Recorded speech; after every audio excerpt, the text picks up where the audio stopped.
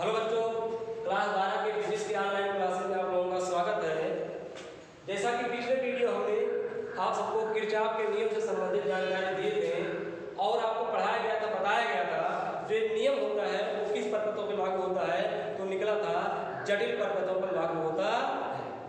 अब एक किरचॉफ के नियम पर आधारित आपको एक ब्रिज पढ़ना होता है, जिसे व्हीट स्टोन ब्रिज के नाम से जाना जाता है। लेकिन उसके पहले हम लोग जो किरचॉफ का द्वितीय नियम है इस पर और आपको उदाहरण से और हम बताना चाहते हैं, जिससे आपको वो थ्योरी आपका जो है और अच्छी तरीके से समझ आ जाए, क्योंकि इस पर आधारित सवाल आपको बहुत से मिलेंगे। ज़्यादा से ज़्यादा आपको सवाल ही हल करना है, वो भी द्वितीय नियम पर आधारित। तो द्वितीय नियम किससे संबंधित था, तो आपको हम बताएं बोल्टताओं का योग बीजगणित कितना होता है, 0 होता है। तो एक उदाहरण से उसको और प्रूव करने का प्रयास हम लोग करते हैं। देख लीजिए, एक सेल है,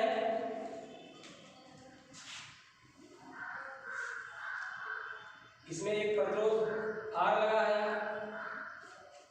और एक सेल और नीचे भी है।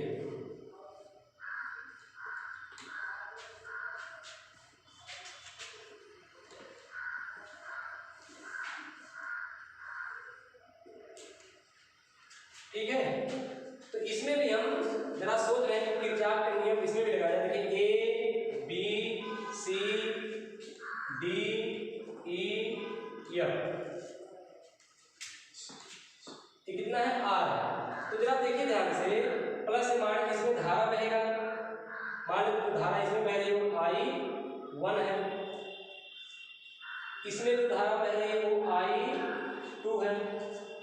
अब इधर से I1 आया, इधर से I2 आया, यानी इसमें जो बहेगा वो कितना बहेगा, I1 प्लस I2। इसमें जो आया वो कितना बहेगा, I1 प्लस I2। अब I1 प्लस I2 यहाँ पहुंचा, इसके बाद I2 इसमें बहने लगा और I1 इसमें बहने लगा, इसमें बहने लगा। ठीक है, और जो सेल है, सेल का विद्युत वाहक बल E1 है, ये कितना है, E2 है। ठीक, तो इसमें भी हम क्या सोचते हैं कि जो आपका किरचॉफ का द्वितीय नियम इसमें भी लगा के देखा जाए ये सही है कि नहीं है।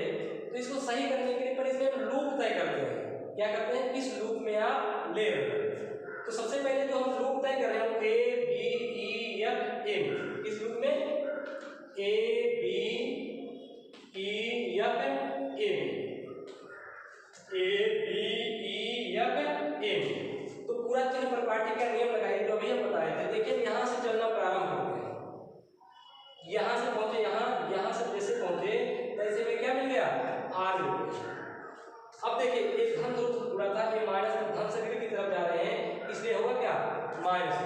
माइनस का मतलब क्या होगा, minus I1 plus I2 into R।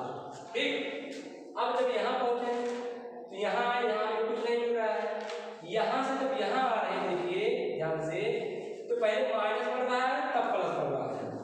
तो अगर पहले माइनस हो गया और ये प्लस हो गया, इसका मतलब इसको क्या लिखेंगे हम, विद्युत वाहक बल को आपको बताएं क्या लिखेंगे, प्लस E1। क्या लिखेंगे, प्लस E1। ठीक, अब हम दूसरे लूप की तरफ बढ़ते हैं। अब दूसरे लूप में हम लेते हैं B C D E B, B C D E B। अब B से C में हम गए, तो हमने देखा B और C में जब हम पढ़ रहे थे तो हमें रास्ते में किसी से मुलाकात नहीं हुई।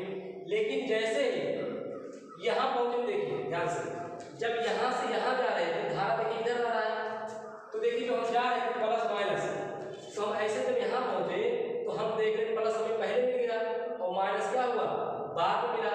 अगर प्लस पहले मिल गया, माइनस बाद मिल गया, तो इसको आपको किस चिन्ह से बताया गया है, माइनस E2 के साथ। अब यहां से निकले, ऐसे गए, यहां पहुंचे, यहां से यहां आए, हमें कुछ नहीं मिला। यहां से जब यहां आएंगे तो हम देख रहे हैं पहले माइनस मिल रहा है, इसके बाद क्या मिल रहा है, प्लस मिल रहा है।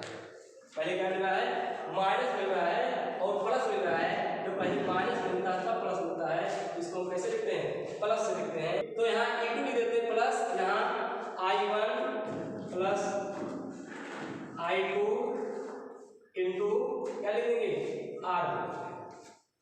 तो जरा ध्यान दीजिएगा, जो पिछला भी हमारा वीडियो देखे होंगे, जाने होंगे, तो इसमें जब धार दोनों आप योग करेंगे, पूरे वे परिपथ के लिए क्या निकालेंगे, तो दोनों परिपथ के लिए जब हम योग करेंगे तो देखिए जरा ध्यान से, ए I1 I2 ये माइनस में है, ये प्लस में है, और ये क्या है, ये प्लस में है और ये माइनस में है, अर्थात दोनों का योग देखा जाए तो उनका वोल्टताओं का योग कितना आएगा, 0 आएगा। तो आपको हमारे बताने का मतलब ये था, सिर्फ आपको चिन्ह का ध्यान देना है, किधर से किधर जा रहे हैं और कैसे रूप में लिया गया है, इसको आप लोग ध्यान दीजिएगा। अगर इसको ध्यान नहीं देंगे तो हम इसको लगा नहीं सकते हैं। अब इसी को हम व्युत्क्रम के रूप ले सकते हैं, ठीक है। तो ये हो गया किरचॉफ के नियम पर आधारित। अब एक किरचॉफ का नियम किसमें लागू होता है, तो अभी हमने बताया कि व्हाइटस्टोन सेट में नियम लागू होता है। तो हम लोग अब व्हाइटस्टोन सेट के बारे में पढ़ने चल रहे हैं, जो किरचॉफ के नियम पर ही आधारित है।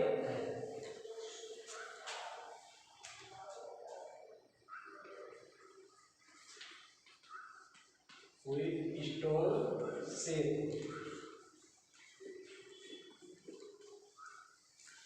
तो हम क्या पढ़ने के लिए, व्हाइटस्टोन सेट पढ़ने कर रहे हैं, जो किस नियम पर आधारित होता है, किरचॉफ के नियम पर ही आधारित होता है। एक छोटा डेरिवेशन है, देखिए एक प्रतिरोध है R1 है,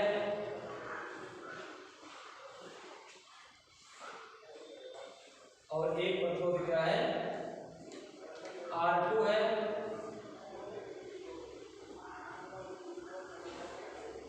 और एक R3 है, और एक क्या है, R4 है, और एक इसके बीच में लगा देते हैं, वो क्या है, R5, ठीक है। इन दोनों को क्या करेंगे हम आगे, एक सेल से जोड़ धन ऋण से। तो इसमें से जोड़ने पर इसमें धारा बहेगा, धारा कितना बहेगा इसको जरा ध्यान देना है। अब ये धारा I आया है, इसी को समझिए ध्यान से। व्हाइटस्टोन से क्या है उसमें बताने चल रहे हैं, प्रूव करेंगे उनके प्रतिरोधों का अनुपात क्या होता है, बराबर होता है, उसी का हम डेरिवेशन करना चल रहे हैं। अब देखिए धारा I आया है, यहाँ पर होगा धारा I। अब ये I देखिए दो हिस्सों में बट जा रहा है, संख्या नहीं मिलेगा कि नहीं, I इधर आया और इसमें क्या बह गया, I1, और इसमें बह गया I2।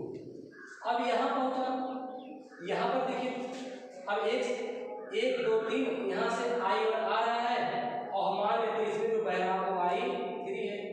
तो जरा ये बताइए हमें इसमें क्या बहेगा, अर्थात A B C D, अर्थात हम पूछेंगे B और C में क्या बहेगा वो आपको बताना है।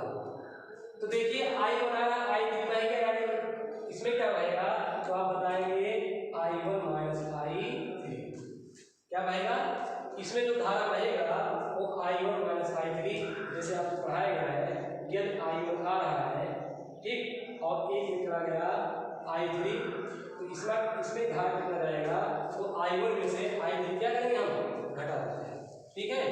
आगे अब इसमें देखिए I2 आया और यहाँ से I3 आया, अब इधर I2 आया यहाँ पहुंचा और इधर I3 आया, ठीक, यानी इसमें कितना धारा बहेगा, तो दोनों क्या हो जाएंगे, जुड़ जाएंगे, इसमें बहेगा I2 और I3, इसमें कितना बहेगा I2 और I3।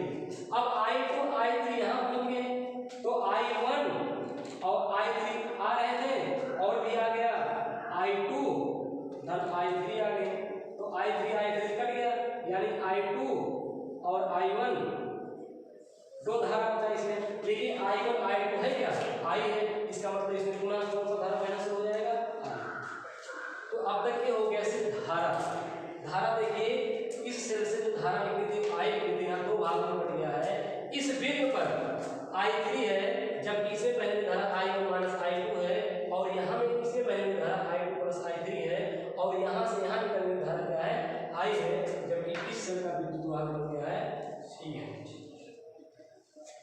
ठीक। अब हम इस लूप में किरचॉफ का नियम लगाने का प्रयास करते हैं और देखते हैं। सबसे पहले जो हम लूप ले रहे हैं वो लूप आपका होगा A B D A, A B D A loop. चिन्ह को ध्यान रखिएगा।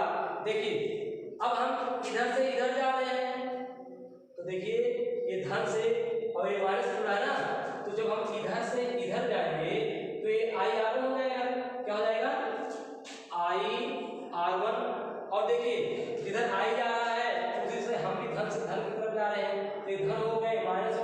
इसको कैसे माइनस IR1। अब हम यहाँ पहुंचे, यहाँ से देखिए यहाँ आ रहे हैं तो जिस तरफ ए जा रहा है उस तरफ हम भी जा रहे हैं, तो ये माइनस I3 और R5। इसके बाद देखिए यहाँ से यहाँ पहुंचे, इसके बाद इधर से इधर जाएंगे। जब हम इधर से इधर जाएंगे अपनी बात उल्टा हो जा रहा है, तो इसको क्या लिखेंगे हम प्लस लिखेंगे I2 R2 और इनका योग कितना होता है आपको पता है 0 होता है। IR1 minus I3 R5 I2 R2 बराबर क्या होता है 0। बताएगा अपने वोल्टताओं का योग क्या होगा 0 होता है। ठीक, ये हो गया समीकरण नंबर 1। अब हम दूसरे रूप में देखते हैं, रूप BCD बीम, BCD बीम। इधर से ध्यान रखिए, विशेष तौर पर इसी का ध्यान देना है। देखिए जब हम इधर से इधर जा रहे हैं, धन से ऋण की तरफ देखिए जा रहे हैं, तो हो जाएगा माइनस, यानी माइनस कितना आएगा R3 into I1 minus I3। अब यहाँ बोले देखिए यहाँ से यहाँ आ रहे हैं तो ए भी देखिए उल्टा हो रहा है, इसलिए ए भी क्या हो जाएगा माइनस हो जाएगा, यानी R4 into I2 plus I3। ठीक, अब इसके बाद देखिए यहाँ से यहाँ पहुँचे तो देखिए यहाँ से अपनी बार इधर से इधर आ रहे थे माइनस हुआ, ये उल्टा जा रहा है तो क्या रहेगा प्लस हो गया, तो प्लस कितना हो गया प्लस I3 R5 बराबर क्या हो गया 0। समीकरण नंबर। अब जरा देखिए, अब हम मान लेंगे जो इसमें R5 में जो धारा बह रही है वो I3 है, तो माना दोनों के लिए मान लेंगे, माना I3 धारा बराबर क्या होगा 0, इसमें माना I3 बराबर क्या हो जाएगा 0। अब I3 को अगर यहाँ 0 लिख देते हैं, एक है यहाँ से कैंसिल, तो बचेगा क्या हमारा यहाँ से I1 R1 minus I2 R2 बराबर 0। देखिए ये हो गया minus I1 R1 plus I2, इसको 75 कर देंगे, ठीक है, आ जाएगा ये I1 R1 बराबर I2 R2। अब हम क्या कहेंगे, अब I1 R1 और I2 R2 क्या करेंगे, इसको इधर ले जाएंगे और इसको क्या करेंगे हम इधर लाएंगे, अर्थात ये I1 था और ये क्या था I2 R2 था। ठीक है, ये माइनस में था, ये क्या था प्लस में था, तो हम क्या करेंगे इसको इधर ले जाते हैं, इसको इधर ले आते हैं, तो I1 I2 बटे I1, देखिए I2 बटे I1 बराबर R1 बटे R2, इसको समीकरण नंबर 1 डाल देते हैं। इसी क्रम में देखिए इक्वेशन नंबर 2 है। अभी हमें बताया कि धारा हमने I3 बराबर क्या माना है 0 माना है। अगर ये 0 हो गया तो बचा कितना हमारे पास आ गया, देखिए माइनस R3 I1। ठीक, और जहां जहां है I3 वहां क्या रख देंगे हम 0 रख देते हैं, तो यहाँ ये हो गया 0, यहाँ हो गया 0, बचा कितना है हमारा हो जाएगा माइनस R3 I1। ये तो खत्म ही होगा, इधर आ जाइए तो देखिए यहाँ I3 क्या हो गया 0 हो गया, यहाँ I3 क्या हो गया 0 हो गया, इसको भी 0 कर दिया और R4 को भी क्या कर दिया 0 कर दिया। ठीक, तो जहां जहां होगा ऐसा आप लिख लेंगे, तो हो गया R3 और कितना, ठीक, और प्लस बचा कितना हो जाएगा R4 और I2 बराबर 0, या I1 I2 बटे I1 बराबर R3 बटे R4। ये समीकरण नंबर क्या निकला 1 2 हुआ था, 3 हो गया, तो ये समीकरण नंबर 4। अब देख रहे हैं समीकरण 3 और 4 से, 3 और 4 से, तो I2 बटे I1 I2 बटे I1 दोनों बराबर, अगर एक पक्ष बराबर होता है दूसरा पक्ष भी क्या होगा बराबर होगा, तो निकलेगा क्या R1 बटे R2 बराबर R3 बटे R4।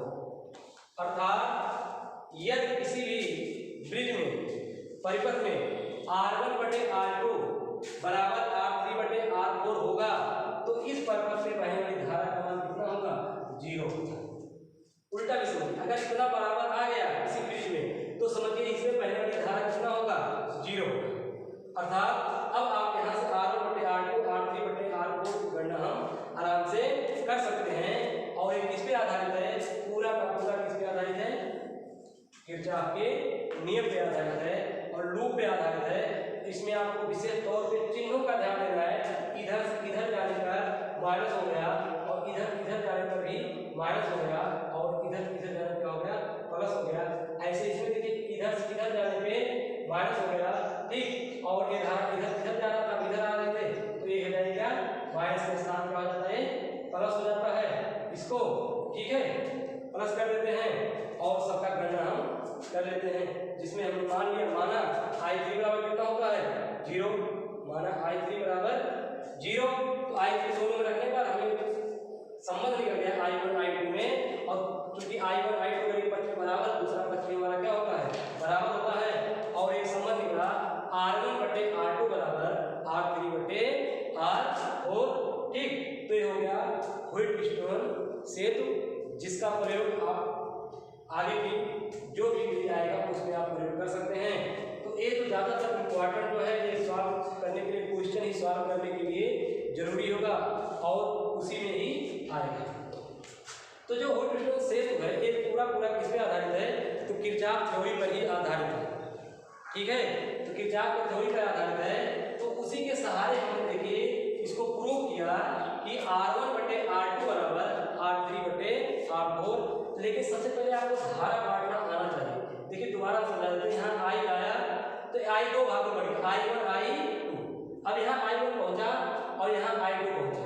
अब इसमें पहले वाली धारा हम I3 मानते हैं, तो इसको हमने निकाला तो I1 माइनस I3 हो गया।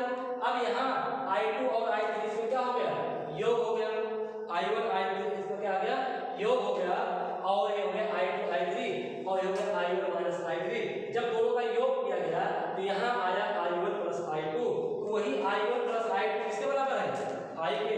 इसके बाद इसमें पुनः I जो है ना शुरू हो गया, ठीक है। तो ये विद्युत वाहक वाला है, इसलिए विद्युत वाहक से नहीं है, सिर्फ आपको सूत्र का क्या करना है, इसमें डेरिवेशन करना है, ठीक है। तो आपका एक व्हिटस्टोन में एक सूत्र मिला कि R1 बटे R2 बराबर R3 बटे R4, ठीक। तो जो है इसको आप लोग लिख लीजिएगा, डेरिवेशन भी कर लीजिएगा, ठीक है। बाकी इस पर आधारित सवालों को अगले वीडियो में, ठीक है। तो देखिए एक निकल गया R1 बटे R2 बराबर R3 बटे R4। तो यहाँ पर आपको सिर्फ यही ध्यान रखना, इस धारा को बांटने का ध्यान विशेष तौर पर दीजिएगा। अब इसी को अगर किसी सवाल के माध्यम से समझे, यदि इसका व्युत्क्रम भी सत्य होता है, यदि R1 बटे R2 होगा बराबर R3 बटे R4 के, यदि R1 बटे R2 होगा R3 बटे R4 के, इसका मतलब जो ये होगा इसमें पहले वाली धारा क्या होगी, 0 होगी, जो हम माने थे, हमने माना I3 बराबर 0 माना था, ठीक है। लेकिन देखिए इसको उल्टा भी प्रूव कर सकते हैं, ये दोनों का अनुपात दोनों के अनुपात के बराबर आएगा कभी भी किसी भी सवाल में, तो समझ लीजिए इसमें पहले वाली धारा का मान कितना होगा, 0। अब यहाँ धारा मापी भी करा सकते थे, कितना धारा रहेगा उसको भी आपको प्रैक्टिकल में जब आप जाएंगे लैब में तो यहाँ धारा मापी करा दीजिएगा और उसमें देखिएगा अगर R1 बटे R2 बराबर R3 बटे R4 के हो रहा है, क्या इसमें धारा बह रही है, तो आपको प्रैक्टिकल करने से स्वयं पता चल जाएगा। यदि दोनों का अनुपात बराबर है, यदि दोनों का अनुपात बराबर है तो इसमें धारा नहीं बहेगी। इसको हम प्रैक्टिकल के थ्रू भी देखें, तो इसको प्रैक्टिकल करके देखना है आपके कोर्स में, इसको आपको वहाँ पर जांच करना रहेगा। इन दोनों का अनुपात इन दोनों के अनुपात अगर इक्वल आ गया तो जो इसमें बहने वाली धारा होगी वो कितना होगा, 0 होगा, ठीक। तो जरा इसको एक बार दोबारा रिपीट कर देते हैं, देखिए। और आपको चिन्ह पर पार्टिकल दोबारा बता देते हैं। कोई मान लेते प्रतिरोध होता है, अगर ये धन से जुड़ा है माइनस से जुड़ा है, ठीक, तो पहले वाली धारा क्या होगी, I। यदि हम धन से माइनस की ओर जा रहे हैं, यदि हम धन से माइनस की ओर जा रहे हैं तो जो आपका विभवांतर होगा वो माइनस IR होगा, पहले क्या होगा, माइनस IR। अब इसी का व्युत्क्रम अगर हम माइनस से प्लस की ओर आ रहे हैं, धारा इधर में रही है, तो जो विभवांतर होगा वो प्लस आई आर होगा, ठीक है, माइनस प्लस। और सेल में लिखिए, अगर कोई सेल है तो धन है, अगर हम धन से ऋण की तरफ जा रहे हैं, धन से ऋण की तरफ जा रहे हैं, तो इस सेल का विद्युत वाहकत्व होगा जो माइनस होगा। अगर इसी में हम धन माइनस से प्लस की ओर आ रहे हैं, इधर से माइनस से प्लस की ओर आ रहे हैं, तो ये विद्युत वाहकत्व क्या होगा, पॉजिटिव। अगर सेल और प्रतिरोध के अलावा जैसे संधारित्र भी लगा सकते हैं, आप क्या लगा सकते हैं, संधारित्र भी लगा देंगे, तो संधारित्र में भी यही नियम लागू होगा। अगर धन से माइनस की तरफ जाएंगे तो वहाँ माइनस क्यूसी लिखेंगे, अगर उधर से उधर जाएंगे तो प्लस क्यूसी लिखेंगे, ठीक। तो इसमें जो धारा था आई, देखिए आई आया तो I1 I2 बढ़ गया, इधर I3 हो गया, इसमें कितना आया I1 माइनस I3 आया, इसके बाद I2 यहाँ पहुंचा, I3 यहाँ पहुंचा इस संध पे, इसके बाद दोनों जुड़ के एक ही संध में जा रहे हैं और I2 I3 जा रहा है। इसके बाद हम C पहुंचते हैं, तो C पे दोनों का योग देखते हैं, I1 minus I3 plus I2 I3, तो हम देखते हैं I3 से कैंसिल हो गया, आ गया I1 प्लस I2। अब यही I1 प्लस I2 किसके बराबर है, I के बराबर होता है, यही I1 प्लस I2 किसके बराबर है, I के बराबर है। इसमें भी प्रवाहित धारा कितनी हो गई, I हो गई। इसके बाद हम इस लूप में ले लेते हैं और इस लूप में क्या करते हैं, किरचॉफ का द्वितीय नियम लगा देते हैं, A से B में जाने के लिए माइनस हो गया, इसके बाद देखिए इधर जाने की तरफ जा रहा था, इधर तरफ जा रहा था, ये भी माइनस हो गया, लेकिन ये क्या हो गया, प्लस हो गया, इक्वेशन नंबर 1 बन गया। अब इस लूप में आते हैं, देखिए इधर जाने के लिए माइनस हो गया और हम धन से इधर जा रहे थे, धारा इधर जा रही थी, इसलिए क्या हो गया, प्लस हो गया और I3 R3 बराबर क्या हो गया, 0 हो गया। लेकिन हमने माना क्या है, I3 बराबर क्या है, 0 है, तो यहाँ 0 हो गया, यहाँ 0 हो गया, ठीक है, और यहाँ भी 0 हो गया, तो अगर माइनस I R बराबर I R2। अब यहाँ से हमने I2 बटे I1 निकाल लिया, तो हो गया R1 बटे R2। अब दूसरे समीकरण में हमने क्या किया, I3 के स्थान क्या रख दिया, 0 रख दिया, तो वहाँ पर भी क्या आ गया, 0 आ गया, तो हो गया I2 बटे I1 बराबर R3 बटे R4। समीकरण 1 2 में अगर एक पक्ष बराबर दूसरा पक्ष भी बराबर होता है, तो निकला R1 बटे R2 बराबर R3 बटे R4।